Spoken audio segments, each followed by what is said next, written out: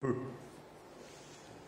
Matthieu et Luc nous racontent la nativité, nous racontent particulièrement la période de Noël.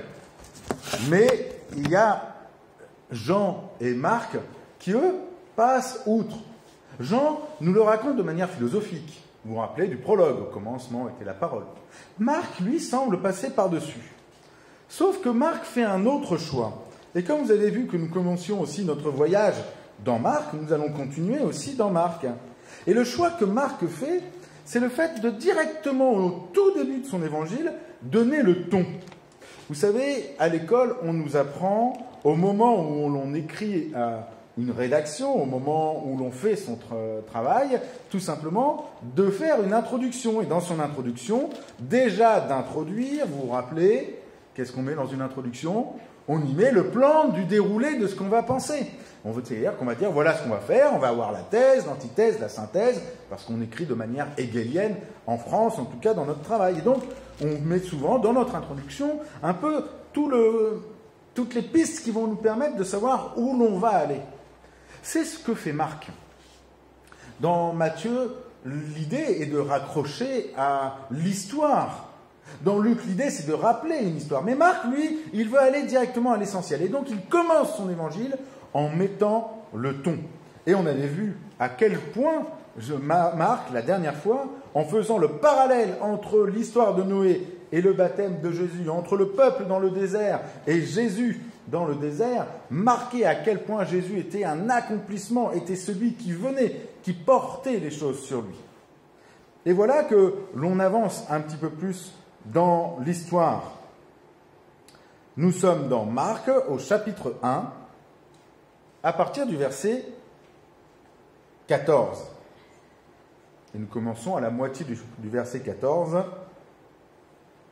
ou directement au début. Après que Jean eut été livré ou arrêté, Jésus vint en Galilée, il proclamait la bonne nouvelle de Dieu et disait : les temps sont accomplis et le règne de Dieu s'est approché. Changez de vie et croyez à la bonne nouvelle. Les temps sont accomplis et le règne de Dieu s'est approché. Changez de vie et croyez à la bonne nouvelle. Alors tout de suite, je vois certains d'entre vous qui vont réagir en disant « Oh là ! Qu'est-ce que tu es en train de nous dire ? C'est repentez-vous ». D'autres diront « Mais non, c'est change radicalement ». Et on va s'arrêter particulièrement sur ce petit mot qui parle de cette transformation, radicale. Mais pour le comprendre, il est d'abord important de nous souvenir dans quel contexte Jésus parle. Nous sommes au 1er siècle. Et au 1er siècle, la manière de croire, et ce en quoi croient les Juifs qui vont être contemporains de Jésus, n'est pas exactement la même que celle que nous avons aujourd'hui. Et même de croire que les Juifs croyaient comme les Juifs d'aujourd'hui au temps de Jésus serait une erreur. La manière de croire la plus courante dans le monde juif à l'heure actuelle, c'est une manière qui s'appuie sur le Talmud et qui s'appuie sur l'interprétation du texte biblique, qui est issue de tout le travail que les rabbins ont fait après la destruction du temple, dans la diaspora, pour maintenir le lien et pour permettre à la loi de continuer à exister, non pas en elle-même, mais par l'interprétation de la loi. Je ne rentre pas dans les détails. Mais c'est-à-dire que le judaïsme courant que vous voyez ou que l'on nous montre à la synagogue d'aujourd'hui moderne ne correspond pas au judaïsme au temps de Jésus. Au temps de Jésus, il y a plusieurs formes de judaïsme. Il y a plusieurs manières de croire. Il y a plusieurs manières d'être dans l'attente. Il y en a deux grandes qui portent le peuple. La première, qui se passe au temple. Et on aura l'occasion de revenir dessus plus tard dans l'évangile de Marc. Celle qui constitue simplement à accomplir les sacrifices. Et donc à être dans une relation rituelle par rapport à Dieu. Il n'en est pas question au début de l'évangile de Marc. Donc je vais la mettre de côté. Je la mentionne simplement par honnêteté, parce que vous y pensez à tous ces sacrifices au temple. Eh bien, celles-là, on les met pour l'instant de côté. Ils ne sont pas mentionnés dans le début de ce texte. Par contre, l'autre, qui est courante, elle est tenue par ce qu'on appelle les pharisiens. Et les pharisiens, vous vous souvenez que ce sont des hommes qui profondément aiment Dieu, mais qui croient que c'est par l'accomplissement littéral de la loi que l'on plaît à Dieu et qu'on est en relation avec lui. L'accomplissement littéral des plus de 600 lois de l'Ancien Testament. On l'apprend, on l'applique. C'est marqué rien le jour du Shabbat, on ne fait rien le jour de Shabbat. Point. C'est par rapport à ces croyants-là que l'évangile de Marc se situe. Par rapport à ceux qui croient que par l'obéissance à la loi, on est en relation à Dieu. Et ce n'est pas anodin. Parce que quand vous réfléchissez bien, Pierre, qui est celui qui dicte son évangile à Marc, à quoi a-t-il été confronté au début de son ministère, lorsqu'il était lui-même un apôtre et qu'il annonçait la bonne nouvelle? À quoi est-ce que Paul confronte Pierre? Qu'est-ce que Pierre découvre lorsqu'il est en haut de la maison et que Dieu vient se révéler à lui dans ce filet? Vous vous rappelez de cette histoire de Pierre? Pierre est en haut d'une maison avant de rencontrer Corneille. Il ne veut pas y aller parce que c'est un Romain, c'est un impur, c'est un envahisseur. Alors Dieu se révèle à lui de manière à lui montrer un filet dans lequel tous les animaux de la création sont présents. Des animaux qui sont les animaux interdits, des animaux qui sont normalement l'objet, selon la loi et donc selon sa manière de croire, quelque chose qui le définiront comme un pécheur, qui sont une offense pour Dieu dans la pratique du judaïsme de l'époque pharisien. L'être en contact avec un étranger est quelque chose d'impossible, d'inconcevable, d'impur, qui est une offense avec Dieu. Ce n'est pas simplement une problématique pour Pierre d'une opposition entre des Romains qui sont des envahisseurs et lui qui est juif. C'est véritablement une offense spirituelle même que d'être en contact avec des idolâtres qui adorent un collège de Dieu et qui se baignent dans le sang.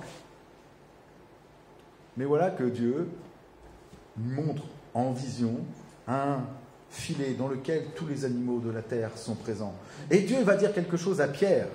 Et cette histoire se passe avant que l'évangile de Marc ne soit écrit.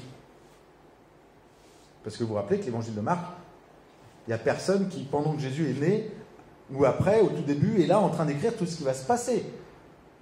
Donc Pierre, il a vécu cette histoire où tout à coup, Dieu lui dit « mange ». Je ne sais pas si vous imaginez le choc. Pour être un bon croyant, même un bon suiveur de Jésus-Christ, Pierre était encore dans la relation au fait d'être lié à l'obéissance à la loi, qui trouvait tout son sens en Jésus-Christ. Il est confronté à un problème éthique, un problème dans sa croyance. C'est que Dieu lui demande à la fois d'aller voir un impur, et tout à coup, la loi lui dit de ne pas le faire. Et Dieu lui dit, mange ce que la loi dit qui est impur. Et Pierre va se rendre compte que ce qui est important au corps de Dieu, ce n'est pas l'obéissance à la loi, c'est que tout homme puisse être sauvé. Ce qui est important aux yeux de Dieu, ce n'est pas ce que nous faisons, mais ce que nous sommes, qui nous sommes. Ça va être la grande découverte de Pierre, et il va lui falloir des années pour le comprendre.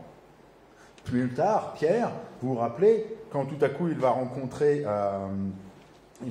Paul, et Paul va lui dire, mais pourquoi tu fais l'hypocrite ? Quand tu es avec nous tout seul, tu manges de la viande sacrifiée aux idoles et tout ça, ça ne pose aucun problème. Et tout à coup, parce que ceux qui tiennent encore à la loi, ceux qui sont avec Jacques, le frère de Jésus, viennent ici, dans la communauté ici, tout à coup, tu fais la sainte ni-touche. Ah non, moi, j'y touche pas. Moi, j'obéis à la loi. Mais arrête d'être hypocrite. Le Christ ne t'a-t-il pas pleinement transformé? C'est ce Pierre-là. C'est ce Pierre-là qui a appris que c'est ce qu'il est qui est au cœur de Dieu, l'objet du salut. C'est ce qu'il est qui est le cœur de la présence du Christ en lui par l'Esprit Saint. C'est ce Pierre-là qui va dicter l'Évangile. Ça vous va dans le contexte? Donc maintenant qu'on a conscience de ce Pierre qui a fait ces découvertes-là, on peut comprendre tout à coup pourquoi, tout à coup, Pierre parle et commence l'Évangile par nous annoncer la bonne nouvelle. Et vous vous rappelez qu'on avait dit que la première chose que Marc nous dit, c'est le commencement de la bonne nouvelle de Jésus-Christ. Et comment commence cette bonne nouvelle? Elle commence par le fait de nous parler de Jean-Baptiste. Et on nous parle de Jean-Baptiste qui annonce une nouvelle. Il proclamait, il disait. Excusez-moi, je le reprends. J'aurais dû le souligner. 1,4. C'est ça. Il disait et proclamait, changez de vie, ou repentez-vous, faites-vous baptiser, et vous recevrez le pardon des péchés.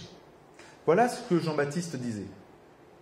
Repentez-vous, c'est le même mot que changer de vie, que changer radicalement. C'est le contexte qui va faire qu'on va le traduire par repentez-vous. Et là, on le traduit par repentez-vous parce qu'à la fin du passage, on nous dit vos péchés seront pardonnés. Donc, changez de vie de manière, ensuite, ayez l'action de vous faire baptiser et vos péchés seront pardonnés. Ce que Jean-Baptiste annonce, c'est l'accomplissement de la loi. Et pourquoi je dis ça? C'est parce que quand tout à coup Jean-Baptiste est arrêté, Marc nous fait la mention suivante que Jésus lui aussi va annoncer la bonne nouvelle. Mais regardez comment il l'annonce. Jésus-Christ ne va pas du tout dire ce que Jean-Baptiste disait. Jean-Baptiste disait « Changez de vie, soyez baptisés pour que vos péchés soient pardonnés. » Et regardez bien ce que Jésus dit, ce que nous avons lu tout à l'heure.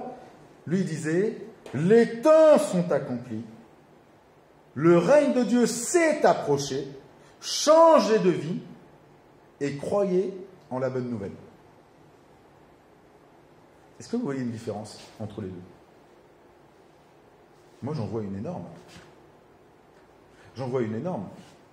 Le premier, il me positionne dans le fait de dire « Repens-toi, c'est la loi qui te définit. » Se repentir, ce ne peut être lié que par rapport à la réussite ou à l'échec par rapport à une loi qui est donnée. Tu te repens, tu manifestes par une œuvre de ton baptême ta repentance et tu reçois le pardon de tes péchés. Ce qui est directement ce que les pharisiens demandent. Jean-Baptiste n'est pas le premier à baptiser. On a vu les traces de baptême chez les Esséniens et on sait que le baptême était une pratique courante dans le judaïsme de l'époque. Jean-Baptiste vient pour annoncer l'accomplissement profond de la loi. La loi peut aller jusque-là. La loi peut nous amener jusqu'à ce que, au plus profond de notre repentance, en changeant radicalement de vie, nous puissions être baptisés, nous puissions être pardonnés. C'est le rôle profond de la loi, c'est le rôle profond que l'on va retrouver aussi chez les sacrifices. C'est ce que les Juifs connaissent depuis plus de 1000 ans aussi. Qu'à travers la repentance, on reçoit le pardon de Dieu. Ce n'est pas quelque chose de chrétien du tout que de croire que la repentance amène au pardon de Dieu. C'est ce qui appartient à l'Ancien Testament. Que la conséquence de la repentance et le pardon de Dieu, c'est Lévitique 17. C'est tout le rapport à la loi. Le rapport à la loi de l'Ancien Testament n'est pas une loi qui est là pour nous condamner. C'est une loi qui fait que lorsque nous nous repentons, nous recevons le pardon. Une fois par an, on met sur le bouc, on porte sur la bête l'ensemble du péché du peuple pour qu'il lui soit pardonné et qu'il continue sa relation avec Dieu. Ce qui fait que lorsque Jean-Baptiste dit « Repentez-vous, changez de vie, repentez-vous, faites-vous baptiser, il vous sera pardonné », il n'est pas en train d'annoncer ce que Christ va faire. Il n'est pas en train d'annoncer la bonne nouvelle qui va arriver. Il est en train de poser le décor sur lequel on est. Tout homme, quel qu'il soit, lorsqu'il se repent, dans le judaïsme, est pardonné. Et cette réalité-là, elle était présente au temps de Jésus. Et c'est d'une malhonnêteté chrétienne que de croire que le pardon des péchés face à la loi, c'est quelque chose qui n'est propre qu'aux chrétiens. C'est ne pas connaître le judaïsme. Et Jésus, lui, il fait autre chose. Et regardez la dynamique de ce qu'il dit. Il dit, les temps sont accomplis. Les temps, c'est maintenant. On n'est plus sur hier, on n'est pas sur demain. Les temps sont accomplis. Le royaume de Dieu s'est approché. Vous voyez la dynamique. Les royaumes de Dieu se sont approchés. Vous voyez le mouvement? Quelque chose qui s'approche. Quelque chose qui vient vers moi. Le principe de quelque chose qui s'approche, ce n'est pas quelque chose qui s'éloigne. Ce n'est pas quelque chose qui m'éloigne de Dieu. Quelle est la conséquence première du péché? L'éloignement, la séparation d'avec Dieu. Quelle est la première chose que Jésus dit quand il annonce? Il dit quelque chose s'approche. Il y a déjà une rupture que Jésus est en train d'apporter. Pierre a pris conscience, et Marc nous le rappelle, que la première chose que Jésus-Christ fait, ce n'est pas de nous montrer à quel point nous sommes séparés, c'est de nous montrer à quel point quelque chose se rapproche de nous, vient jusqu'à nous. Dieu avec nous. Emmanuel, on l'a chanté ce matin. Marc est en train de nous faire un récit, pas de la nativité, mais de pourquoi Jésus est venu. Le péché nous éloigne, et quand Jésus vient, et la première parole que Jésus-Christ prononce dans l'évangile de Marc, c'est quoi? C'est le royaume des cieux s'est approché. Il n'est pas en train de nous faire un précis de doctrine calviniste en nous disant « Avant toute chose, prenez conscience que vous êtes des immondes pécheurs et que vous ne pouvez pas être en relation avec Dieu. » La première parole de Jésus-Christ dans Marc, c'est de dire « Le royaume des cieux s'est approché de vous. » Quelque chose s'approche de vous. Quelque chose s'approche de vous et ça a pour conséquence que vous changiez de vie, que vous changiez de comportement. Et volontairement ici, je ne mets pas le mot repentir, puisque dans la suite, Jésus ne parle pas de ça. Mais le mot métanoïa qui est utilisé ici. Transformation. Parce que le royaume s'approche de moi, parce que tout à coup quelque chose s'approche de moi, ça produit en moi une transformation. Et quelle est la conséquence de cette transformation pour Jésus? Vous l'avez noté, la troisième chose qu'il dit, alors croyez en la bonne nouvelle. Quelque chose s'approche de moi, me transforme, et je peux croire. Alors je peux dire, je peux annoncer, je peux proclamer, je peux investir en moi cette bonne nouvelle. Est-ce que vous voyez le mouvement? Quelque chose qui s'approche, qui me transforme et qui construit ce qui est à l'intérieur de moi par la foi en la bonne nouvelle. Et quand Jésus parle de la bonne nouvelle et qu'il parle du royaume, il parle de qui? Qui s'est approché d'eux? Reprenez le tout début du passage. Il est magnifique. Et c'est pour ça que tout à l'heure, au tout début, quand je vous ai dit où commencer, j'étais déjà dans l'influence de ce que je voulais vous dire. La moitié du verset 14, Jésus vint de Galilée. Vous voyez le mouvement? On a un mouvement où on a Jésus qui vient. Et ensuite, il dit, le royaume s'est approché. Est-ce que vous voyez la scène? Dans la scène, qui s'est approché? Ce n'est pas Jésus qui était assis et les gens sont venus à lui. Ce n'est pas tout à coup Jésus qui est quelque part et on annonce qu'il y a un enseignement. Ça, c'est d'autres histoires, d'autres appels pour des disciples. Le texte nous dit, Jésus vient, le royaume s'est approché. Vous voyez la connexion? Vous voyez le parallèle? Jésus vient, le royaume s'est approché. Jésus vient, le royaume s'est approché. Jésus vient et je suis transformé. Jésus vient et je suis transformé. Et je crois en quoi? En la bonne nouvelle? En lui. Mais pas lui, la personne de Jésus qui mange un bout de pain avec moi. En tout ce qu'il est. Et ce qui va pleinement dans ce sens, c'est toute la suite. Qu'est-ce qui va se passer juste après? Juste après cette histoire, c'est l'appel de Pierre, justement. Et c'est une transformation. En passant par le bord de la mer, de Galilée, il vit Simon et André, frères de Simon, qui jetaient leurs filets dans la mer, car ils étaient pêcheurs. Jésus leur dit, « Venez à ma suite, et je vous ferai devenir pêcheurs d'hommes. » Aussitôt, ils laissèrent leurs filets et le suivirent. Vous voyez la transformation? Il y a transformation chez Pierre et chez André. Ils sont pêcheurs de poissons et ils vont devenir pêcheurs d'hommes. On a bien la métanoïa dont Jésus nous a parlé juste avant, de changer de vie. Et elle est même radicale. Vous imaginez, vous êtes au boulot, Jésus passe et vous dit « Laisse tomber ton boulot, suis-moi », vous arrêtez le boulot, c'est une transformation. Est-ce qu'il y a un seul moment où on voit que Pierre ou André demandent pardon pour les péchés qu'ils ont commis? Est-ce que vous voyez un seul endroit où vous voyez ensuite les fils de Zébédée demander pardon parce qu'ils n'ont pas obéi à la loi? Je vous donne cet exemple-là. Mais vous reprenez toutes les histoires qui suivent derrière de transformations qui vont venir dans l'évangile de Marc.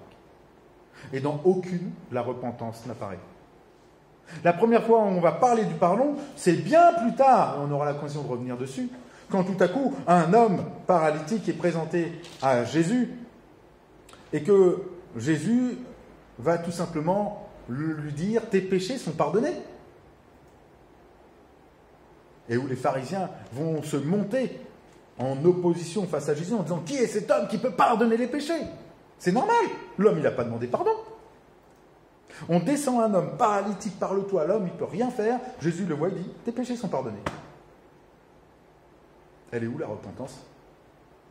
Elle est où la fameuse repentance de Jean-Baptiste quand Jésus est présent avec un homme ou une femme? Je ne suis pas en train de vous dire qu'il ne faut pas se repentir quand on pêche. Je connais très très bien l'importance que la repentance a dans nos vies. Quand on pêche, Dieu est fidèle et juste pour nous pardonner nos péchés. Alors confessons nos péchés pour ne pas faire de lui un menteur. Mais notre transformation et notre rencontre au Christ n'est pas liée à la repentance. Le paralytique descend, Jésus, tes péchés sont pardonnés. Le lépreux, même chose. Simon, Pierre, Lévi, le collecteur d'impôts. Vous vous rappelez? Là, on fait fort dans le péché. Hein. Là, on fait fort. Hein. On a un gars qui a complètement nié son peuple. Collabo. Tout ce qu'on veut. Jésus lui dit pas repens-toi. Il lui dit suis-moi. C'est-à-dire, c'est la transformation qui va être l'objet, qui va être la source de toute chose, dont la repentance. Mais non plus une repentance qui amène à une transformation. Ça, c'est la pensée juive de l'Ancien Testament. Mais à une transformation qui m'amène à une vie renouvelée, qui trouve son centre en celui qui est venu jusqu'à moi et qui fait que je crois en lui. Alors oui, dans cette relation, si je fais des choses mal et si je fais des choses qui m'éloignent de Dieu, je demande pardon et je me repens, parce que je ne suis pas parfait. Mais tout à coup, que Pierre place directement au début de son évangile de Marc le sens profond de la présence du Christ. Christ n'est pas venu pour que ce monde se sente coupable ou qu'à travers notre culpabilité et le pardon de nos péchés, nous soyons sauvés. Christ est venu dans ce monde pour que nous soyons transformés. Et que de cette transformation, nous puissions avoir ancré au plus profond de nous la bonne nouvelle du salut en Jésus-Christ. C'est Noël. Comment est-ce que nous allons vivre Noël? Est-ce qu'on va se rappeler simplement que Noël, c'est Dieu qui, pour pardonner les péchés de ses enfants, des hommes, donne Jésus-Christ? Ou est-ce que nous allons voir dans cet enfant, comme Marc nous le propose ici, dans cette incarnation, dans ce Jésus qui vient dans ce monde, celui qui vient transformer ma vie, qui vient bouleverser ma vie, qui vient faire que je ne suis pas simplement le fruit de mon histoire, le fruit de ce que mes parents ont projeté, le fruit de ce que ma société m'impose, que je ne suis pas le fruit même de mon obéissance ou de ma désobéissance. Mais le royaume s'est approché. Christ vient à nous. Christ vient à toi. Christ t'amène à pouvoir vivre une transformation radicale dans ta vie. De manière à ce que dans ta vie, ceux qui prennent le cœur et le centre soit la foi en lui. Que tu puisses croire en la bonne nouvelle. Que cette bonne nouvelle puisse prendre toute sa place. Toutes les histoires dans Marc, et on reviendra dessus, sont les témoignages de ces transformations de toutes ces personnes que Jésus-Christ a croisées. Et l'évangile de Marc est celui dans lequel il y a le plus de rencontres, il y a le plus de transformations. C'est le plus court. Je vous l'avais déjà dit, mais en 2 heures de temps, vous le lisez. Regardez la variété des transformations qui existent. Il n'y en a pas qu'une. Et c'est là-dessus que je conclurai. Ce n'est pas une manière d'être transformé. C'est une bonne nouvelle. Mais la transformation radicale de nos vies, elle nous est propre. Et elle est propre à cette rencontre de ce royaume qui est venu jusqu'à nous, de ce royaume qui vient, de ce Jésus-Christ qui vient à toi et qui te transforme. Ce qu'il y a de commun dans ce que Jésus nous dit dans Marc ici, c'est que le royaume est venu et que la bonne nouvelle, c'est lui. Mais la transformation, c'est la tienne. Peut-être comme Pierre et André, à changer de métier, changer radicalement. Peut-être comme le paralytique, à être pardonné, alors que rien en toi, même ta conscience de ton péché, ne te permettait pas d'en avoir conscience. Peut-être comme un aveugle qui retrouve la vue. Ou comme ce démoniaque qui va être tout simplement libéré de toutes ses emprises. Comme Lévi, qui retrouve toute son histoire et qui retrouve pleinement son identité. Comme les disciples, qui n'ont plus à s'occuper de savoir s'ils ont à obéir à la loi, parce que ce qui est important, c'est qu'ils se nourrissent eux-mêmes. Vous vous rappelez de cette histoire de Jésus avec ses disciples, qui passent dans un champ le jour du Shabbat et qui arrachent les épis. Si ça, c'est pas du péché selon la loi d'Israël, il faut m'expliquer ce que c'est. Et Jésus leur dit non, mais ils ont faim, qu'ils mangent. Parce que ce qui est au cœur de la préoccupation de Dieu, ce n'est pas nos œuvres, ce n'est pas ce que nous faisons, c'est qui nous sommes, et que nous puissions être transformés pour retrouver ou trouver pleinement cette place de femmes et d'hommes aimés, désirés par Dieu. Alors oui, en cette période de Noël, le Christ s'est approché. Le royaume s'est approché de vous. Soyez transformés. Changez radicalement par cette rencontre, afin que vous puissiez croire en Christ, lui, bonne nouvelle pour vous et pour ce monde. Amen.